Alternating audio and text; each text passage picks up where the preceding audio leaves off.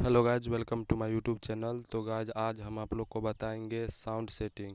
अगर कोई आपको फ़ोन करता है या आप किसी को फ़ोन करते हैं तो आपके मोबाइल में साउंड क्यों नहीं बजता है, इसके लिए आज मैं आपको दो सेटिंग बताने वाला हूं जो काफ़ी इम्पोर्टेंट है।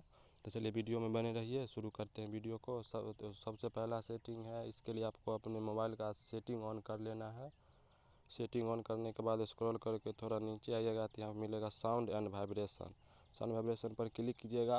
जैसे कि देखिए ये सब ऑफ है तो इसको सबको ऑन कर लेना है।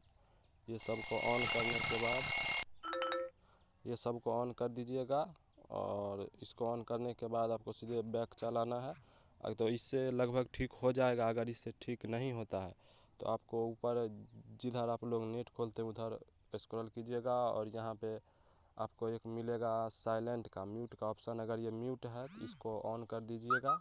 अगर इससे भी नहीं होता है चलिए आप बताते हैं आपको दूसरा सेटिंग। दूसरा सेटिंग यहीं से है।